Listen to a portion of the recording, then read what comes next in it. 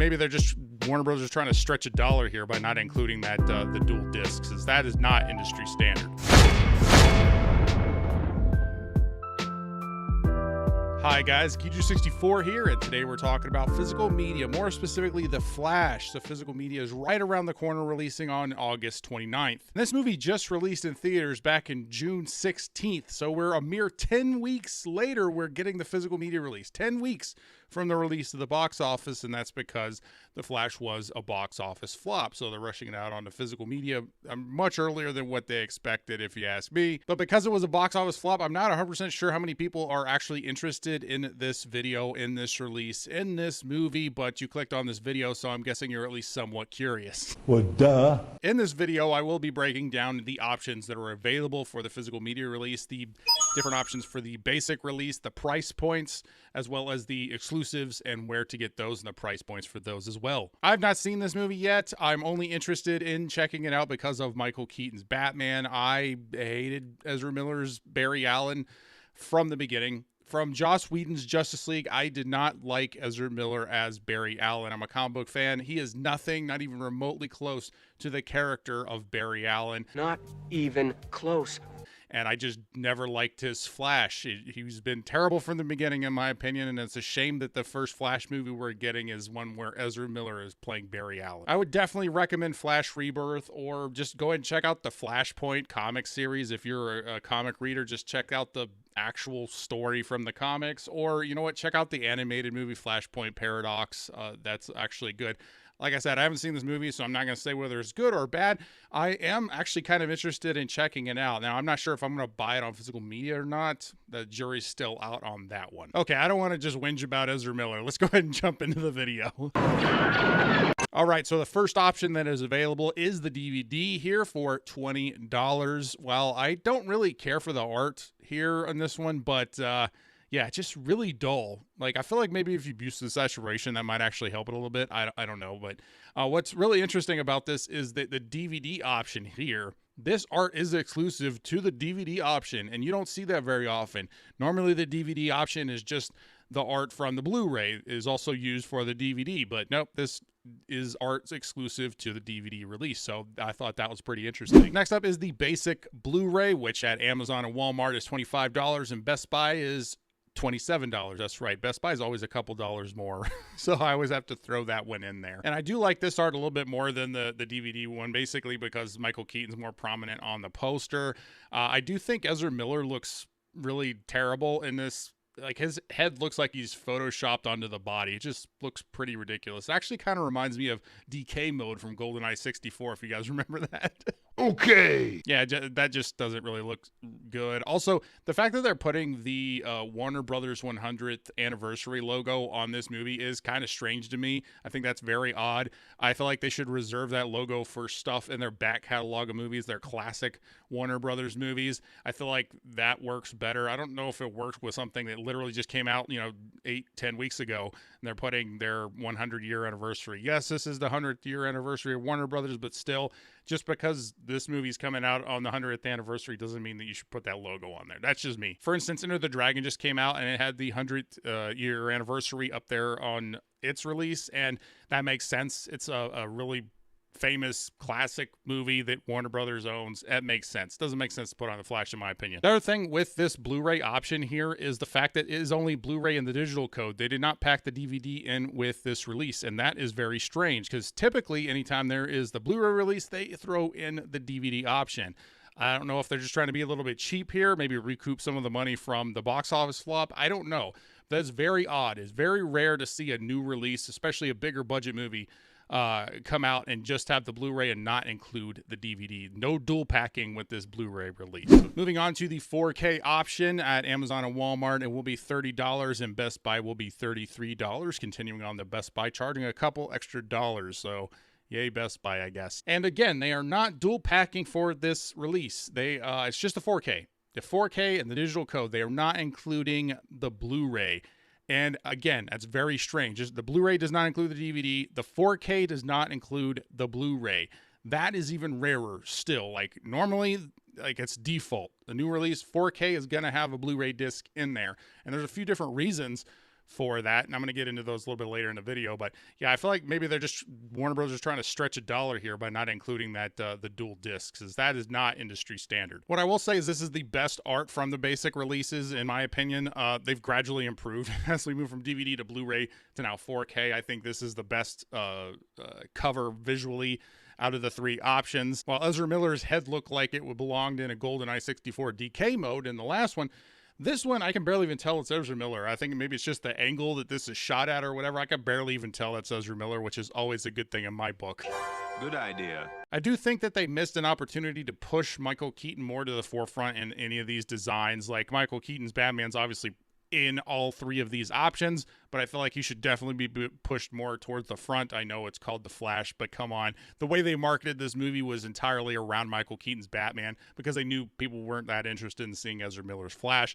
So I think having Michael Keaton more prominent, even more prominent in the releases for this, I do think that would be a good idea. I mean, I purposely designed my thumbnail for this video with Michael Keaton in the forefront because that's the only reason I'm personally interested in checking out this movie. And they obviously have, you know, a character poster with Michael Keaton, and you know, they had a poster that was just designed where Flash is just way out in the background in the Batcave, and you know, so I mean, it wouldn't be out of line for that to be one of the covers, would it? I don't know. And again, they use the 100-year logo again on this one, but anyway, so those are the basic releases. Let's go ahead and move on to the exclusives.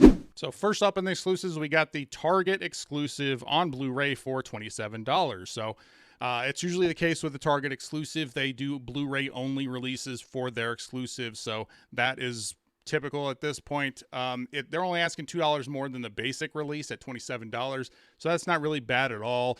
But one thing I did notice here is that this one does include the DVD. They did dual pack the exclusive on this one, so Blu-ray, DVD, and digital code. So the only way to get the 2-pack of Blu-ray and DVD is to buy the Target exclusive, I guess, which is kind of strange. I don't think I've ever seen that before. And the design is fine. You know, I just don't like Ezra Miller's Flash. I know I keep reiterating that, but you keep telling me that. You know, him being so prominent on this, not my cup of tea. But the design itself, I do think is pretty good. And this is just a slip cover, so once you pull this off, you just have the basic Blu-ray art for the actual case itself. This is just a slip cover. The exclusive does come with some character cards. Which, you know, that's kind of cool, but it's only $2 more. So, I mean, if you're going to get the Blu-ray, I would recommend the Target exclusive for sure. Because at $2 more, you get the character cards in this additional slip cover, which is, you know, it's cool. But one thing I think that they should have done with these character cards, that actually had done something like what they did with the Fast X release. With the Fast X release, what they did was, it came with the character cards, but the way the slip was designed, it was basically designed where you could put the new character cards in a slot and basically change the cover. So that way, you know, because if you could do that with this, and you could take Michael Keaton's Batman and then slide that character card in and change the cover for your Blu-ray, I think almost everybody would probably do that. But with it being just the character cards, it's fine. But, you know, I think the main selling point is the fact that they do dual pack this exclusive, and it's only $2 more than the basic Blu-ray. So I definitely recommend this one over the basic Blu-ray. Next exclusive up is the Walmart exclusive 4K, which is $35. This is the Icon Edition. That's right. They give the dumb names to the editions. Icon Edition. Okay. Oh, you're using your made-up names. Well, this is a digipack, and I'm going to get into that here in a second. So for this exclusive 4K, they're asking $5 more than the basic 4K release, but this does include the Blu-ray. They are dual packing this. Just like with the Target exclusive, they had the Blu-ray and DVD, where the basic didn't. This one has the 4K and the Blu-ray, whereas the basic 4K didn't. So the only way to get the dual pack for this is, again, to get an exclusive. The art for the slip cover, because this right here, what I'm showing you guys, is the slip cover for the digipack. I think it looks pretty goofy, in my opinion. It looks like the Flash has been turned into Plastic Man. Like the pixels have been stretched out or something. Like his character looks ridiculous in this cover. Now, it may just be the angle at which this picture was taking. I don't know. It may not look like this in person, but basing it on the art that I'm seeing right now, this looks kind of ridiculous. I'm not really a fan of this one at all. And as I said, this is a digipack. So Fast X also had one of these digipacks for its Walmart exclusive that just released this month as well. I'm not a fan of digipacks. I don't really care for them in particular. They're not my cup of tea. Some people like them. I don't really care for them. For those who don't know what a digipack is, it basically is folded cardboard that has a slip cover. So the original art I was showing you was a slip cover. You take that off, and then inside you get this digipack, which is basically cardboard that you fold out, and it reveals these 4 quadrants here that I just don't like them. They usually feel cheap. Some of them feel pretty sturdy. Like there was one that I recently saw, I think it was Gremlins, that I wish I had one to show you guys, but I don't particularly like them, so I don't buy them. But sometimes they can feel of quality. I think that they aren't practical. I would much rather, just give me like a regular case. Just give me a slip cover and a Blu-ray and a case that I can open. That's really that's all I'm looking for here. Well, my disc just came out. I don't like the practicality of these, and I don't really know anybody who's actually going to display this thing in this kind of way. I also don't really think the art is all that good here. If you compare this to the Fast X Digipack, I'm just comparing these two because they both released this month, and they both are Walmart exclusive Digipacks. If you compare the art on the Flash to Fast X art looks better, I think, than what we're getting from the Flash. So. It's not really worth the extra $5 to me for this release. I don't really like digipacks. I think the only thing that really makes it worth the $5 extra is the fact that it does include the Blu-ray dual packs. I'm going to get more into that here in a minute. And our last exclusive here is the Best Buy exclusive 4K Steelbook edition for $37. Once again, the Steelbook is the most premium priced option at $7 more than the basic 4K. So yeah, but they are dual packing this one, guys. The 4K and the Blu-ray is also available for the Steelbook edition as well, which is a good thing and should be standard. But I am pointing this out again because if you're picking up the basic releases, you're basically getting shortchanged to format. Don't con me. As far as the art here, I think it kind of sucks personally. I think it's pretty lazy. I guess it's good that we don't actually have Ezra Miller's face on the front of it. But I will say that, I've seen a lot of these lazy Best Buy Steelbooks more recently. Not all the time, but I've seen a few of them. For instance, the Super Mario Brothers Steelbook, I think, was really lazy, really boring. It was literally just a black Steelbook with a mushroom on the front of it, and it looked lazy. It really did. Honestly, this isn't the first time that DC's put out a lazy Steelbook either, because Shazam also is just the emblem. That's all it is.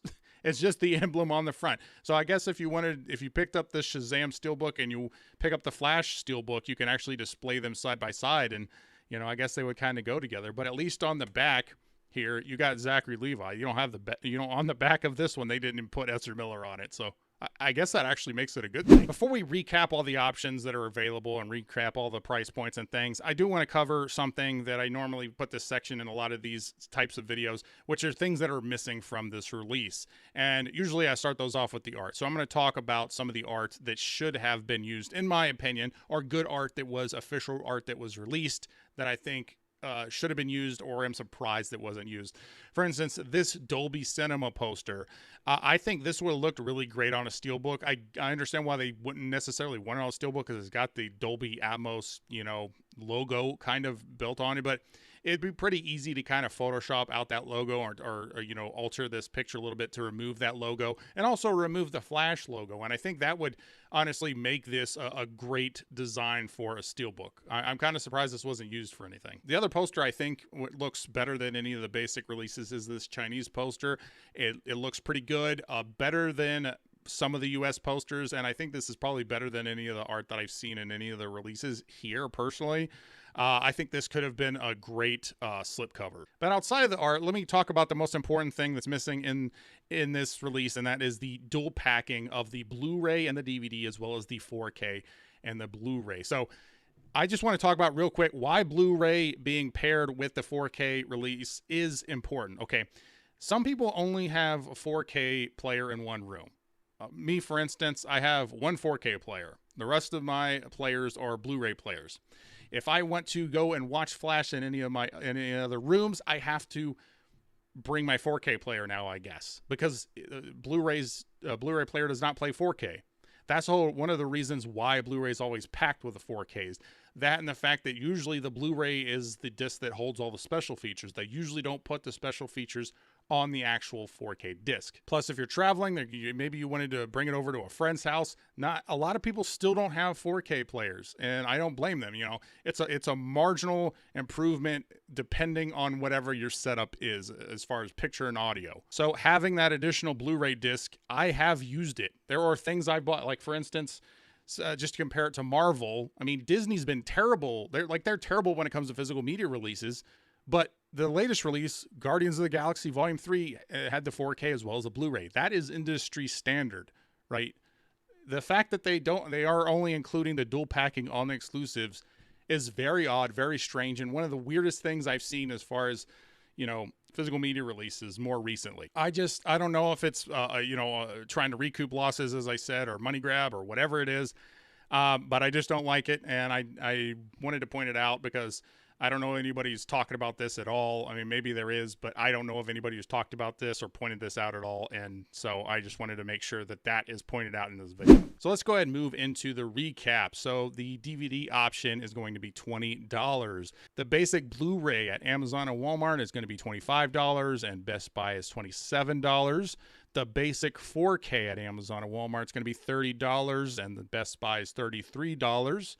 The Target exclusive Blu-ray is $27. The Walmart exclusive 4K Icon Edition Digipack, wow, that's a mouthful, for $35. The Best Buy exclusive 4K Steelbook for $37. Always, Best Buy's the Steelbook is the most premium option, and again, the release date is going to be on August 29th. So which of these options do you plan on picking up, or are you just going to skip out on this release? Comment, let me know. I'm always interested to see which one is the option is the one you guys are going to go for. And let me know what you think about them not dual packing for the basic release. I found that to be really strange. That's why I focused on it quite heavily in this video. If you like physical media, we talk about that a lot on the channel, so please consider subscribing. I talk about physical media as well as sci-fi and other film stuff as well, but physical media is one of the primary things we talk about here on the channel. I want to thank you all for watching this video. Thank you, subscribers. All of you are awesome, and if you like this video, please like, comment, share, subscribe, do all the YouTube stuff, or don't. I'm not a beggar. I'm Geek264, and I'll always tell you the truth.